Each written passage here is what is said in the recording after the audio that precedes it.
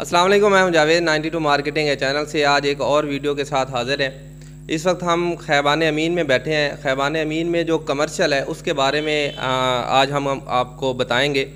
तो इस वक्त ये जो ऑफ़िस है फोकस एसोसिएट के नाम से खैबान अमीन में, वहाँ पे हम मौजूद हैं। डॉक्टर ज़फ़र साहब के पास मौजूद हैं जो कि खैबान अमीन को स्टार्ट से ही डील कर रहे हैं। तकरीबन इस सोसाइटी को बने हुए तकरीबन 15 साल के राउंड बोर्ड अरसा हो चुका है, तो शुरू से ही इसको डील कर रहे हैं। तो इसमें कमर्शियल के हवाले से आपको डॉक्टर साहब बताएंगे कि इसमें कमर्शियल लेने का क्या फ़ायदा है, रेट्स के बारे में और इसका फ्यूचर क्या है।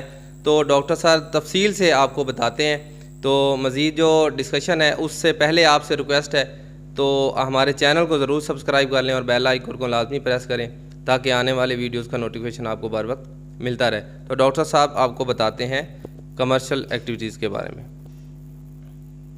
जी जावेद, शुक्रिया आपका और 92 मार्केटिंग का बहुत बहुत शुक्रिया। आप लोग तशरीफ़ लाए और खैबान अमीन के बारे में ये जो आप लोगों को इतला देने जा रहे हैं, तो उम्मीद है कि इससे लोग ख़ासा बेनिफिट लेंगे। जैसा कि आप सबको पता है कि खैबान अमीन एक very well situated located society है। एक साइड पे रिंग रोड है, रायवन रोड है, डिफेंस रोड है। इसके दाएं बाएं Bahria orchard, lake city, DHA, रैबर जैसी बड़ी ब्रांडेड सोसाइटीज़ हैं और ये सोसाइटी भी वक्त के साथ साथ ग्रो इसने किया है।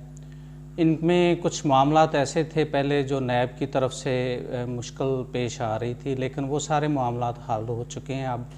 अब ये है कि इसमें एप्रिसिएशन का टाइम है। लोग जिन्होंने अच्छी इन्वेस्टमेंट की हुई थी पुराने दौर में, उनको वो कैपिटलाइज कर रहे हैं।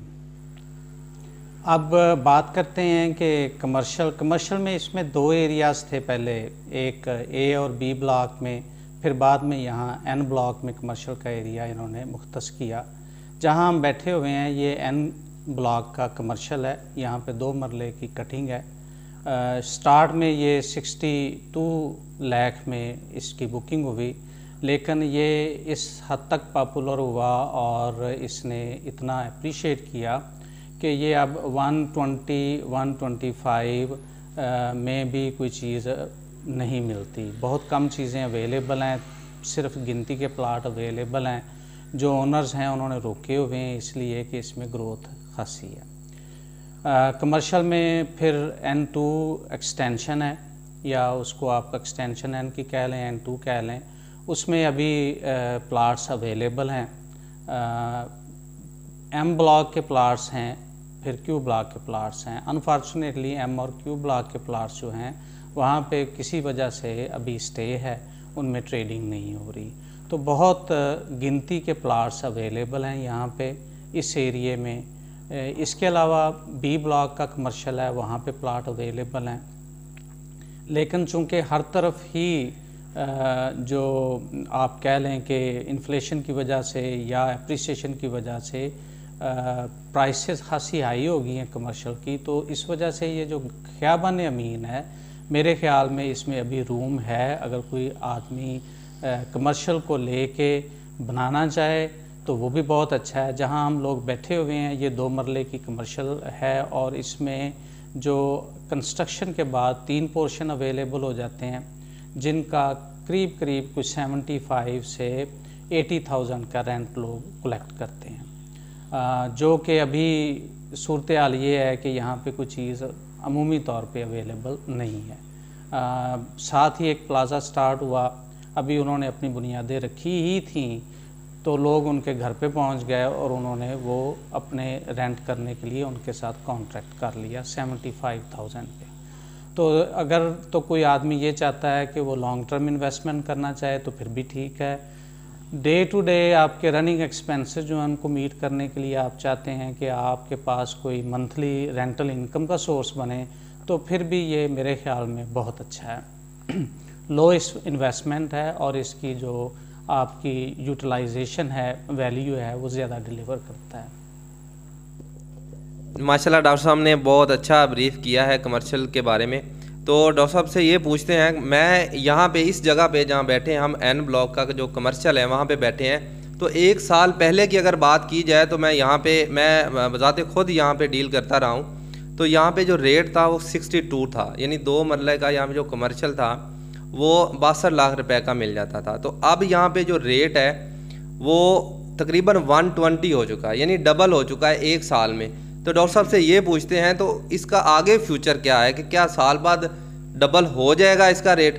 तो डॉक्टर साहब बताएंगे कि आगे नेक्स्ट फ्यूचर क्या है यहाँ पे, अगर हम प्लॉट लेते हैं तो फ्यूचर वाइज इसके रेट बढ़ेंगे या क्या सूरत हाल होगी? तो डॉक्टर साहब बताते हैं। जी शुक्रिया जावेद। ऐसा है कि आपको पता है कमर्शियल की जो डिमांड है उसको डिक्टेट करना होता है आबादी ने। तो एन ब्लॉक के पूरा ब्लॉक में आबादी होगी, एल ब्लॉक में आबादी होगी, लोगों को ज़रूरियात ज़िंदगी की चीज़ें चाहिए, उन्होंने ज़ाहिर है ख़रीदारी करनी है, कोई फार्मेसी की ज़रूरत है, कोई और ग्रॉसरी की ज़रूरत है, बार्बर की ज़रूरत है। तो वो सारी चीज़ें जैसे जैसे आबादी बढ़ती जाएगी तो डेफिनेटली लोगों ने अपने इर्द गिर्द की जगह से चीज़ें ख़रीदनी हैं। तो इस वजह से चूँकि आबादी इसके इर्द गिर्द सारी होगी, लो कास्ट में अगर कोई हम अच्छी अपॉर्चुनिटी या अच्छी सोसाइटी ढूंढते हैं तो मेरा ख्याल इस पूरे एरिए में ख़ियाबान अमीन के अलावा आपको नहीं मिलेगी। इसकी लोकेशन, इसकी अप्रोच, प्राइस और जो एनवायरनमेंट, आप अगर एल ब्लॉक में जाएं तो वहाँ की गलियाँ वेरी कंपेरेबल हैं DHA रैबर से।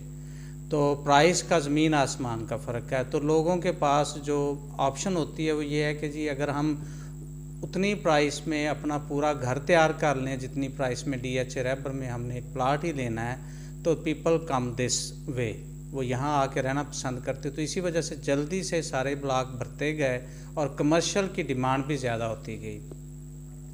अब आगे क्यू ब्लॉक का कमर्शियल है, क्यू ब्लॉक के साथ एस ब्लॉक है, एस ब्लॉक में घर बनने शुरू हो गए हैं। जैसे जैसे वहाँ घर बनते गए तो नेचुरली ये है कि वहाँ पे जो क्यू ब्लॉक का कमर्शियल है वहाँ पे भी डिमांड बढ़ जाएगी। एक प्लाज़ा तैयार हो चुका है, खड़ा हो गया है, रेडी फॉर रेंट है, बाकी चीज़ें भी तैयारी में हैं। तो गुजारिश तो आपसे यही है कि देखें ये एक नेचुरल प्रोसेस है, जहाँ ज़िंदगी शुरू होगी, लोगों की ज़रूरियात भी होंगी। तो हर आदमी की कोशिश है वो पेट्रोल ख़र्च किए बगैर, दूर जाए बगैर अपनी ज़रूरियात ज़िंदगी को अपने घर के पास ही पूरा करे।